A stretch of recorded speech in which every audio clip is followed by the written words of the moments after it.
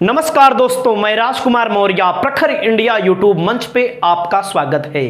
आज की इस वीडियो में हम बात करेंगे बिहार पर। बिहार की 40 लोकसभा सीटों में इंडिया गठबंधन को कौन कौन सी लोकसभा सीट मिलेगी, आप इस वीडियो से जानेंगे।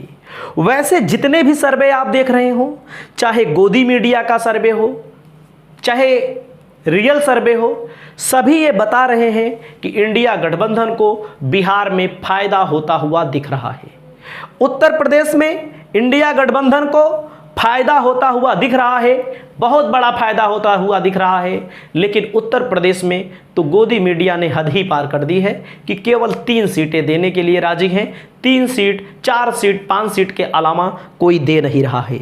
हालांकि 4 जून को जब रिजल्ट आएगा तब हकीकत क्या होगा सब पता चल जाएगा। लेकिन सबसे पहले मैं बात करता हूं गोदी मीडिया ने बिहार में कौन कौन सी लोकसभा सीट इंडिया गठबंधन को दी है। सबसे पहली सीट है औरंगाबाद। औरंगाबाद में कुशवाहा यानी कि अभय कुशवाहा लोकसभा का चुनाव लड़ रहे हैं। औरंगाबाद को लेकर के बहुत ज़्यादा चर्चा है कि औरंगाबाद इंडिया गठबंधन की झोली में जा रहा है। जितने भी सर्वे आ रहे हैं, औरंगाबाद में जो समीकरण बनेगा, यम वाई समीकरण की पार्टी आरजेडी कही जाती है बिहार में। उत्तर प्रदेश में वही मुहर लग चुकी है समाजवादी पार्टी के ऊपर। लेकिन दोनों पार्टियों ने सबसे ज्यादा मैं देखता हूं और मैंने देखा है, सबने देखा है, उत्तर प्रदेश में अखिलेश यादव ने यम वाई से निकल करके कुशवाहा समाज या आप देखेंगे पटेल समाज को लेकर के निषाद समाज, यानी कि हर वर्ग को भागीदारी दे दी है। तो कहीं ना कहीं औरंगाबाद में कुशवाहा, मुसलमान और यादव कैंडिडेट के तौर पर, यादव के तौर पर यहां पर सीट निकलने जा रही है। अगली सीट की मैं बात करता हूं। अगली सीट है काराकाट। काराकाट की जो सीट है, यहां से लड़ रहे हैं उपेंद्र कुशवाहा एनडीए से। यहां से पवन सिंह ने भी अपनी दावेदारी पेश कर दी है और यहां से निर्दलीय चुनाव लड़ने जा रहे हैं। और ऐसा कहा जा रहा है, कुशवाहा समाज में एक भय बन चुका है कि कुशवाहा को एनडीए ने 1 सीट दिया और उस 1 सीट पर पवन सिंह को लोकसभा का चुनाव लड़वा रहे हैं।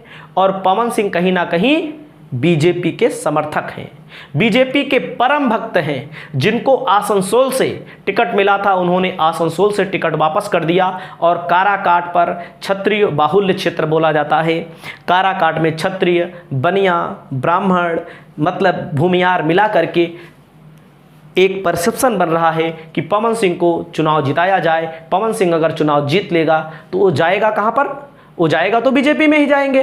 लेकिन यहां पर मामला अब फंस चुका है और जो कुशवाहा है, कुशवाहा अब महागठबंधन की ओर जा रहे हैं, क्योंकि महागठबंधन की तरफ से भी कुशवाहा कैंडिडेट दिया गया है। यहां पर कहीं ना कहीं उपेंद्र कुशवाहा फंसते हुए नजर आ रहे हैं। यहां पर ना तो पवन सिंह अब जीतेंगे, ना तो उपेंद्र कुशवाहा जीतेंगे। और इस चीज को एक्सप्लेन किया है गोदी मीडिया ने, अब इस सीट को दे दिया है, महागठबंधन के पाले में डाल दिया है।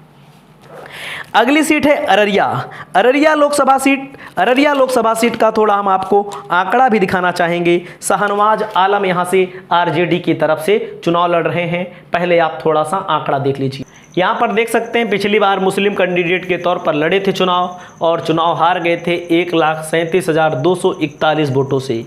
तो आप यहां पर देख सकते हैं। यहां पर अब 2014 का आंकड़े पर जब जाएंगे, देखिए 2014 और 2019 में आंकड़ा अब सारा कुछ बदल चुका है। तेजस्वी यादव के 17 महीने के कार्यकाल ने कहीं ना कहीं आरजेडी के ऊपर ज़्यादा विश्वास व्यक्त किया। यहाँ पर आप देख सकते हैं 2014 में राष्ट्रीय जनता दल चुनाव जीत चुकी थी। आपके सामने आंकड़ा सारा का सारा दिख रहा है। राष्ट्रीय जनता दल इस सीट को भी गोदी मीडिया के अनुसार जीतने जा रही है। अगली सीट का मैं नाम लेता हूं। अगली सीट है बक्सर। बक्सर लोकसभा सीट भी आरजेडी जीतने जा रही है। यहाँ पर देख सकते हैं बक्सर की सीट पर भी 2 बार से लगातार जीत रहे हैं और यहाँ पर इनके खिलाफ एंटी इनकम्बेंसी है। यहाँ पर आप समझ सकते हैं अश्विनी कुमार चौबे 2 बार से लगातार चुनाव जीत रहे हैं और यहाँ पर राष्ट्रीय जनता दल पहले चुनाव जीत चुकी है। और यहाँ पर बक्सर की सीट पर जो आंकड़ा आया हुआ है, हमारा नहीं है, मैंने नहीं निकाला है, मैंने आपको साफ साफ बता दूं, जो मीडिया में गोदी मीडिया में दिखाया जा रहा है वो मैं आपको दिखा रहा हूँ। किशनगंज की लोकसभा सीट जो है उसको सब जानते हैं, बीजेपी नहीं जीत सकती है यहाँ पर। 2019 में जो सीट बची थी भाई, 2019 में 40 में 39 बीजेपी जीत ली थी, केवल यही किशनगंज वाली सीट बची थी, बाकी बीजेपी सब जीत गई थी। इसको कांग्रेस ने जीता था और जहानाबाद सीट भी यहाँ पर बीजेपी चुनाव जीत रही है, सॉरी आरजेडी चुनाव जीत रही है। अगली सीट आती है सारण की। सारण में लालू यादव की बेटी चुनाव लड़ रही हैं। सारण की सीट पर लालू यादव भी सांसद रहे हैं, राबड़ी देवी यहाँ पर चुनाव लड़ चुकी हैं। यहाँ पर पिछली बार जब भी चुनाव हुआ है, सारण की सीट पर आरजेडी बहुत कम वोटों के अंतर से चुनाव हारी है।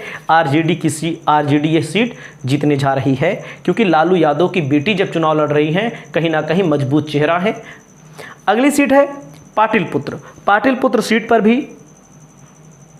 सीट पर भी लालू यादव की बेटी चुनाव लड़ रही हैं। इस सीट पर भी कहीं ना कहीं आरजेडी बहुत ज़्यादा मजबूत है और 2024 में यह सीट भी जीतने जा रही है। अगली सीट पर मैं बात करता हूं। अगली सीट है दरभंगा और गया। गया सीट पर जीतन राम मांझी चुनाव लड़ रहे हैं। जीतन राम मांझी को लेकर जो खबरें आ रही हैं, कहीं ना कहीं उनके खिलाफ लोगों में नाराज़गी भी है और इस सीट को भी महागठबंधन के पाले में लाया जा सकता है और यहाँ पर एक कांटे की टक्कर देखने को भी मिल सकती है और इस सीट को ये लोग जीत भी सकते हैं। अगली सीट है दरभंगा की सीट है। दरभंगा की सीट तो मैं आपको बता रहा हूं, दरभंगा की सीट पर भी कहीं ना कहीं बहुत कांटे की टक्कर है और लालू यादव की पार्टी को लगता है इस सीट को भी हम जीत लेंगे। अगली सीट है मधेपुरा। मधेपुरा पहले पप्पू यादव यहां से चुनाव जीतते रहे हैं, बहरहाल पप्पू यादव को इन लोगों ने एडजस्टमेंट नहीं किया। पूर्णिया से पप्पू यादव लड़ रहे हैं। पूर्णिया से पप्पू यादव लोकसभा का चुनाव जीतने जा रहे हैं। 2024 में जो सर्वे आया हुआ है, सर्वे में 100 में 50-51% लोगों ने पप्पू यादव को अपना नेता माना है। वे यादव ही नहीं, वे यादव मुसलमान अन्य लोगों के मतलब पूरे समाज के नेता एक तौर पे माने जाते हैं, क्योंकि समय समय पर लोगों की मदद भी करते रहते हैं। अगली सीट की मैं बात करता हूं समस्तीपुर। समस्तीपुर पर भी एक कांटे की टक्कर आपको देखने को मिलेगी। वहीं जमुई की लोकसभा सीट पर रविदास को टिकट दे दिया गया है और जमुई की लोकसभा सीट को लेकर आपने देखा होगा वीडियो वायरल हुआ था और इस वीडियो को लेकर कहीं ना कहीं तेजस्वी यादव वगैरह घिरते हुए नजर आए। इस सीट पर भी भारतीय जनता पार्टी यानी कि आरजेडी यहाँ पर एक अच्छी टक्कर एलजेपी को देगी। यहाँ पर जो मार्जिन होगा जीत हार का बहुत कम होगा। इस पर कटिहार, नवादा, कटिहार और नवादा सीट पर भी कहीं ना कहीं बीजेपी को बहुत मुश्किल होगी। उसके अलावा मैं आपको बता दूं, मधुबनी की सीट पर अली अशरफ फातिमी चुनाव लड़ रहे हैं, बहुत मजबूत कैंडिडेट हैं। सीतामढ़ी से अर्जुन राय चुनाव लड़ रहे हैं। उजियारपुर से आलोक कुमार महतो बहुत अच्छा चुनाव लड़के यहाँ पर जीतने जा रहे हैं। आपकी जो भी राय हो, आप अपनी राय कमेंट बॉक्स में लिखिए। इस वीडियो में इतना ही। नमस्कार।